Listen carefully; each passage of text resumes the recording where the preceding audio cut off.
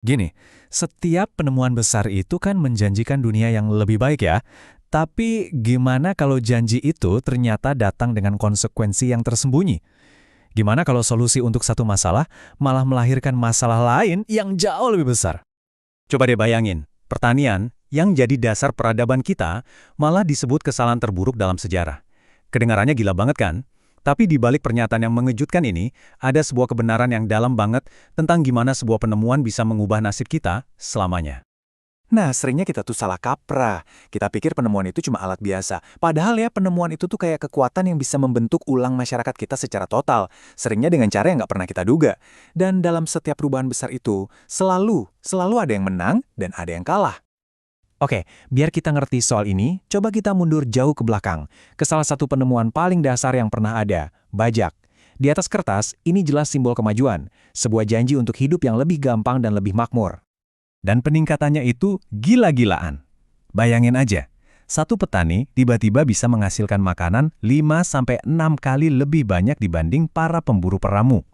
Ini bukan cuma perbaikan kecil-kecilan loh, ini benar-benar revolusi. Dan untuk pertama kalinya, manusia punya yang namanya surplus. Nah, surplus inilah yang jadi cikal bakal dunia modern. Karena nggak semua orang harus jadi petani, sebagian orang jadi bisa fokus ke bidang lain. Mulai deh, ada yang jadi tukang roti, ada yang jadi pembangun, penambang, spesialisasi lahir. Dari sinilah kota-kota pertama muncul dan peradaban yang kita kenal sekarang mulai kebentuk. Tapi, ya itu tadi, kayak pedang bermata dua. Sisi tajam yang satunya mulai kelihatan. Kelimpahan yang sama, yang udah ngebangun peradaban, ternyata juga membawa sebuah paradoks yang kelam. Ternyata kemajuan ini ada harganya, dan harganya mahal banget. Siklusnya tuh kelihatannya simpel banget. Awalnya ada masalah. Susah banget buat ngasih makan semua orang. Terus, datang solusinya. Bajak yang bikin produksi pangan meledak. Tapi dari solusi itu, malah muncul masalah baru yang nggak pernah kepikiran sebelumnya. Ketidaksetaraan sosial yang parah, dan kesehatan manusia yang malah jadi makin buruk. Coba pikirin deh, di zaman pemburu peramu, semua orang itu kan kurang lebih setara ya. Tapi, begitu ada surplus hasil pertanian, lahirlah kelas baru, kaum elit. Ini pertama kalinya dalam sejarah, sekelompok kecil orang bisa ngontrol sumber makanan, dan artinya mereka bisa ngontrol orang lain. Inilah akar dari ketidaksetaraan sosial yang kita lihat sampai sekarang. Dan ini nggak cuma soal sosial loh. Dampaknya itu secara harfiah tertulis di tulang-tulang kita. Mungkin sulit dipercaya, tapi tinggi rata-rata manusia justru menyusut sekitar 15 cm setelah kita beralih ke pertanian. Kenapa? Gara-gara pola makannya jadi kurang beragam, kita jadi lebih pendek dan lebih gampang kena penyakit. Jadi cerita soal bajak tadi itu bukan cuma kejadian aneh sekali doang dalam sejarah. Ini adalah sebuah pola. Pola yang terus berulang setiap kali ada teknologi baru. Setiap penemuan selalu menciptakan pemenang dan juga pecundang.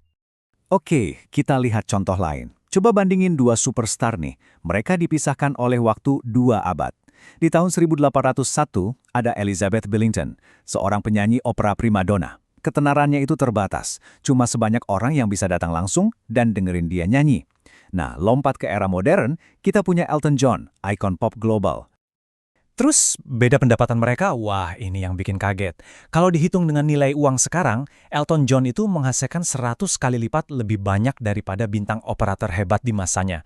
Kok bisa sejauh itu bedanya? Jawabannya cuma satu penemuan simpel, gramofon. Tiba-tiba, suara seorang penyanyi bisa direkam, diperbanyak, dan dijual ke jutaan orang di seluruh dunia. Ketenaran jadi nggak ada batasnya lagi, nggak dibatasi ruang dan waktu. Nah, fenomena inilah yang kita kenal sebagai ekonomi superstar. Teknologi bikin segelintir talenta paling top bisa mendominasi seluruh pasar, sementara yang lainnya ketinggalan jauh banget. Jadinya, kesenjangan antara yang super sama yang biasa aja jadi makin lebar banget. Pola yang sama ini, dari bajak sampai gramofon, sekarang lagi kejadian lagi loh. Mungkin bahkan dalam skala yang jauh lebih besar dari yang pernah kita bayangkan. Pedang bermata dua berikutnya sedang ditempa. Di dunia kita saat ini juga. Dan pedang bermata dua kali ini ditempa di dunia robotika dan kecerdasan buatan atau AI. Dan ada tren yang menarik banget di sini. Sekarang ini, otak robot itu berkembang jauh lebih cepat daripada tubuh mereka. Ini aneh banget kan? Jadinya ada paradoks yang Yah, ganjil. Robot bisa melakukan tugas super rumit kayak mendaratkan pesawat, tapi buat kerjaan fisik simple kayak membersihkan toilet, mereka masih belum bisa. Terus, artinya apa ini buat dunia kerja kita? Artinya apa? Bisa jadi aturan main ekonomi yang kita tahu selama ini lagi berubah total. Dulu, rumusnya jelas. Kalau perusahaan makin produktif, pekerjanya makin sejahtera, upahnya naik. Tapi sekarang, hubungan itu kayaknya udah putus. Produktivitas terus naik, tapi upah dan jumlah pekerjaan malah stagnan. Keuntungan dari kemajuan teknologi nggak lagi mengalir ke bawah seperti dulu. Jadi intinya apa dari semua ini?